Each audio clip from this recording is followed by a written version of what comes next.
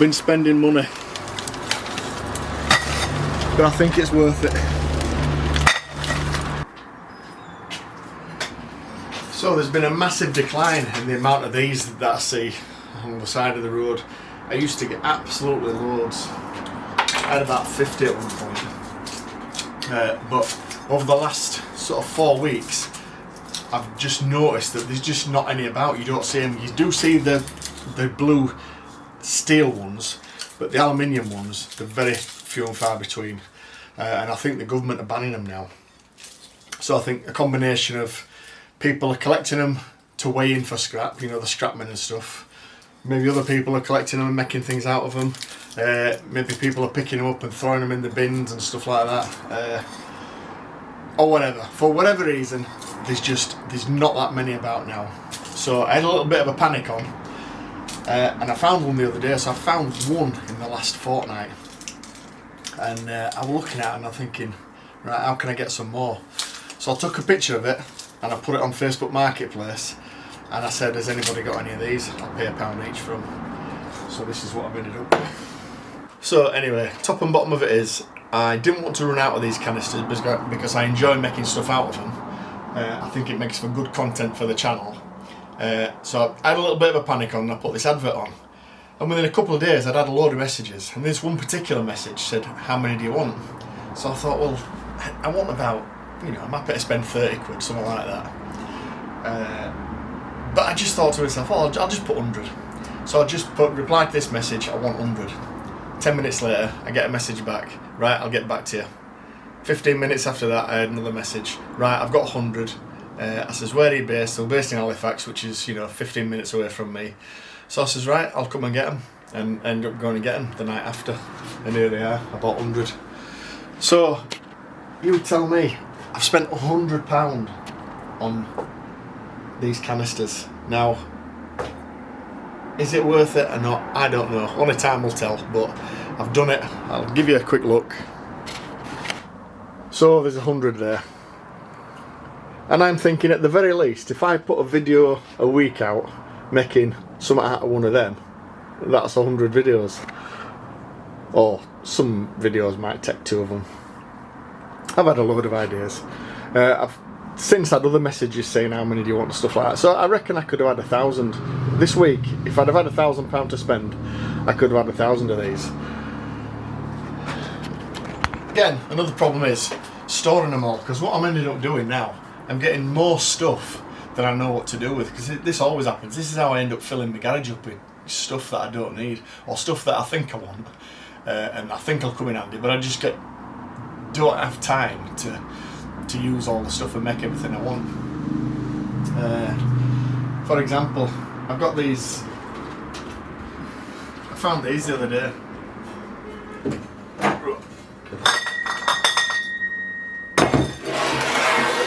4 8-foot lengths of steel T-section. Just too good to not pick up. You know, what am I going to do with them? No friggin' idea. But I'm not going to leave them sat on the side of the road, that's for sure.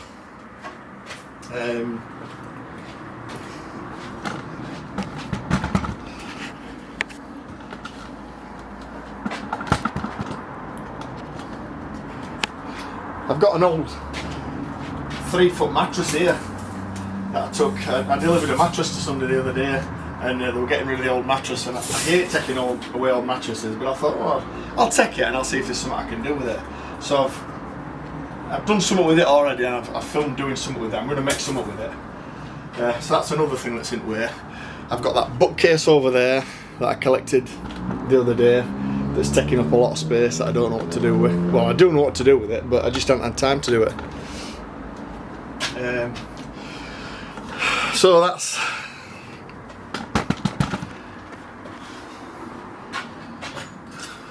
how my workshop has ended up a right bloody mess again. Collecting stuff and not having time to do it, because I work all week, so I only have the weekends to do it. And then you've got to fit social life and keep the wife happy and stuff like that. So, and my thoughts were on them bottles, by the way. If worst comes to worst, I can always scrap them in, because the scrap man did tell me once that they were worth £1 each. That's why I offered £1 on. So I thought if the scrapmen are taking them to the scrapyard anyway, and they're going to be worth £1 each, they're going to want £1 for them. And of course, if you've collected all them, you want 100 quid for your efforts, don't you? Well, I would anyway. So only time will tell. So I actually filmed that sequence that you've just seen a couple of months ago when it was still warm, hence my t-shirt and stuff. And it's now beginning of December and it's a little bit colder, but I've not really had any projects to make with these since then. I've thought of a few things, but other things have taken priority. But I saw Phil Wyatt make something the other day called a raggy neck ham, and I thought, oh, that'd be a decent one. I could make a nice one out of one of these. So I'm sorry, I'm copying Phil Wyatt. I'm sorry, Phil, but this is just my take on the sort of video that you did a few weeks ago. I hope you don't mind.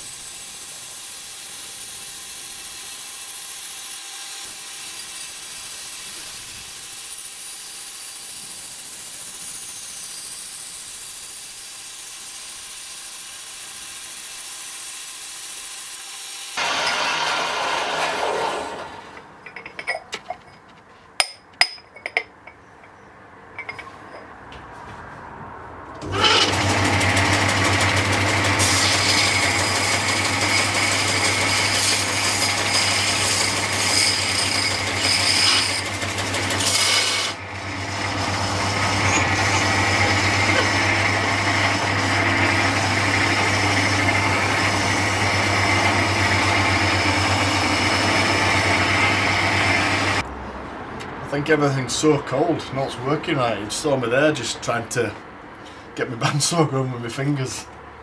That I probably shouldn't have done. Maybe this needs a little bit of oil.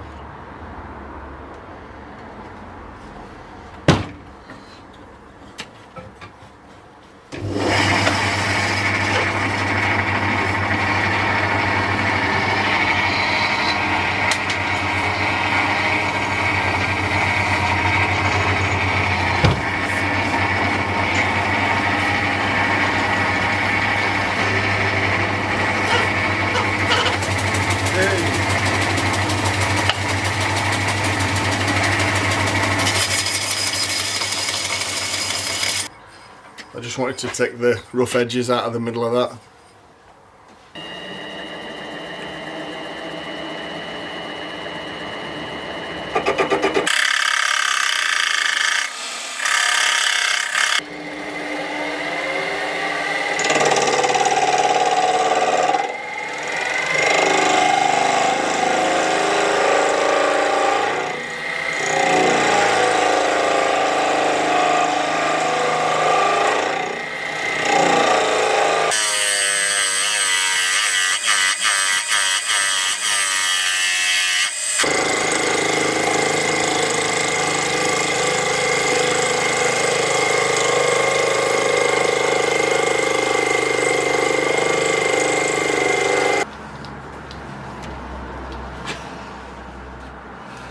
Right, I'm using this knackered old pair of DeWalt trousers. I cut the top off these a few weeks ago to make a tool belt. So I'm just going to use one of the legs.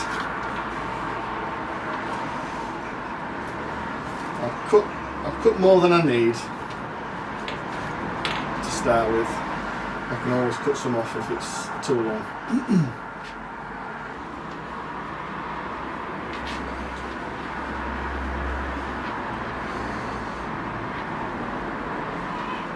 Yep.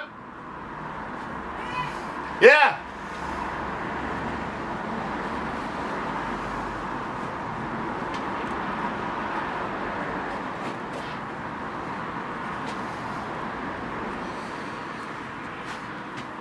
That's actually alright. What I think I'm going to do is get a sock over that. Just hold that together. It's not coming out, and when I put the oil in, it'll swell up anyway.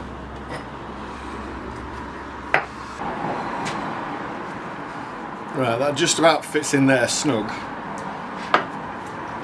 So what I've decided on is to put it in this sock. My wife's got an odd sock drawer. Oops. Well, anyway. The wife's got an odd sock drawer, so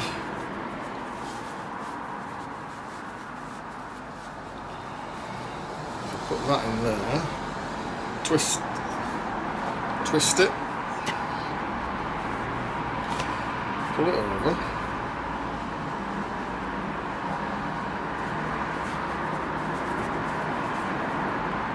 Twist it.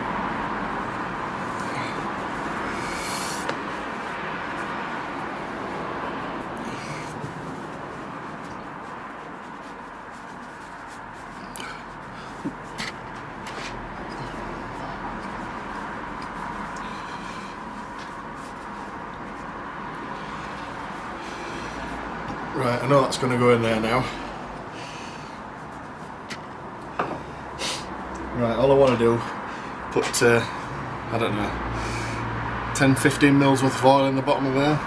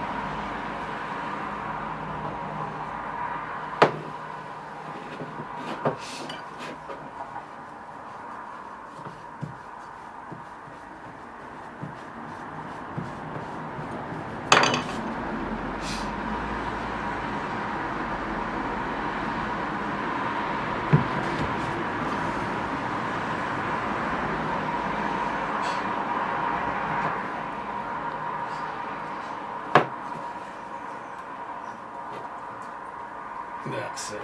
That's working.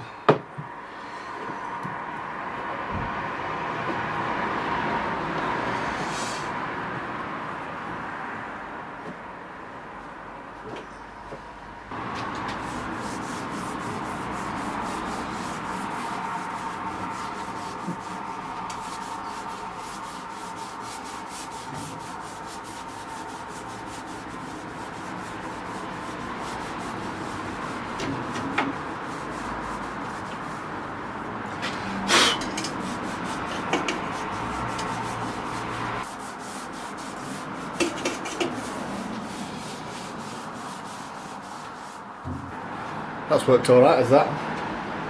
Let's try it on a chisel. So I've let it soak in for about half an hour. When I press it there, you can see the oil coming to the top. There.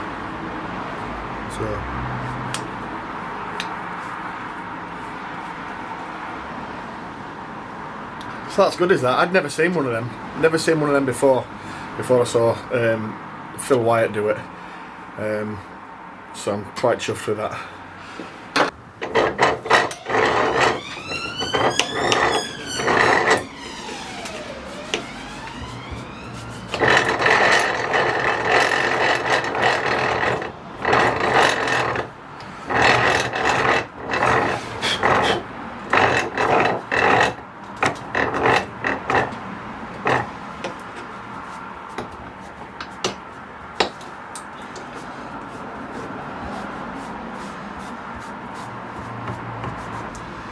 I think that's a great idea.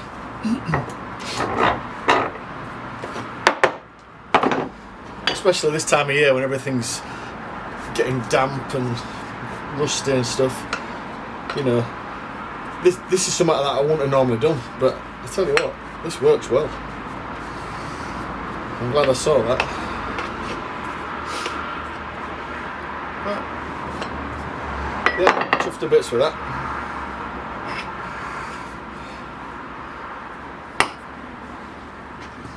And then also, so what I've done with it, them grooves, if you can see them, that's just in case any of the oil spills over the side and it gets too slippy. That's a bit of a grip on it. I've done the same on the top. I've made a top for it so that it doesn't collect dust and get particles stuck in there in the workshop. So, I'm quite pleased with that. The grooves on the top are a lot better than the grooves on the bottom. I did them second, so they're slightly better. You learn, don't you, as you go along. But they're not as nice as I would have liked, but they're alright. It's like when you go out on a night out and you pull a girl, don't you? And it's like, she's not quite as nice as what you'd have liked, but she'll do. Yeah. So, anyway, I hope you liked that. Thanks you for watching. I'll see you again. Bye.